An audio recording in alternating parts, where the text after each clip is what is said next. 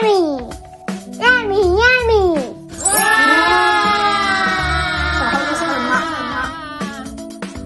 歡迎嚟到 UBB Playground。今日我哋整一款波蘭麵包，等大家做早餐同小食㗎。首先要整個波蘭麵包種先，100克嘅40度溫水，100克高筋麵粉，1克高活性乾酵母撈埋佢，而且要攪勻啦。First we make the polished starter.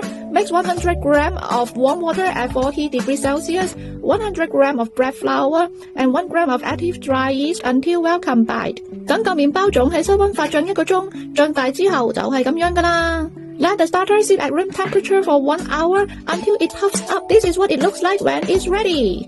跟住咧就要直煮麵團，將200克高筋麵粉倒落去個盤度裏面。Next, make the main dough. Mix 200 grams of bread flour, 2克高活性乾酵母，2 grams of active dry yeast, 35克奶粉，35 grams of milk powder, 60克糖撈勻佢 ，and 60 grams of sugar until combined.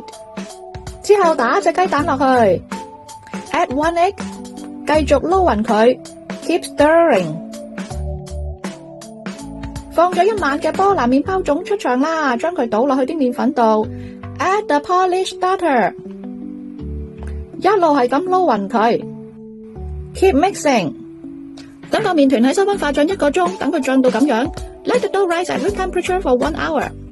之後將個麵團平均切開 ，then divide the dough into equal pieces。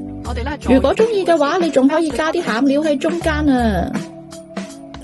Add filling in the middle if you like。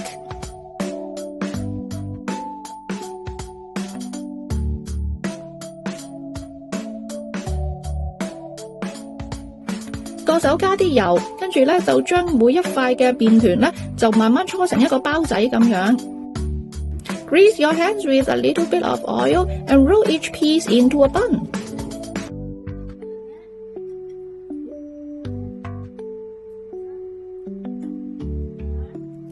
焗爐先預熱200度5分鐘 ，preheat the oven to 200 degrees Celsius for 5 minutes。跟住降溫去到170度，擺啲包落去焗15分鐘。Then lower the temperature to 170 degrees Celsius.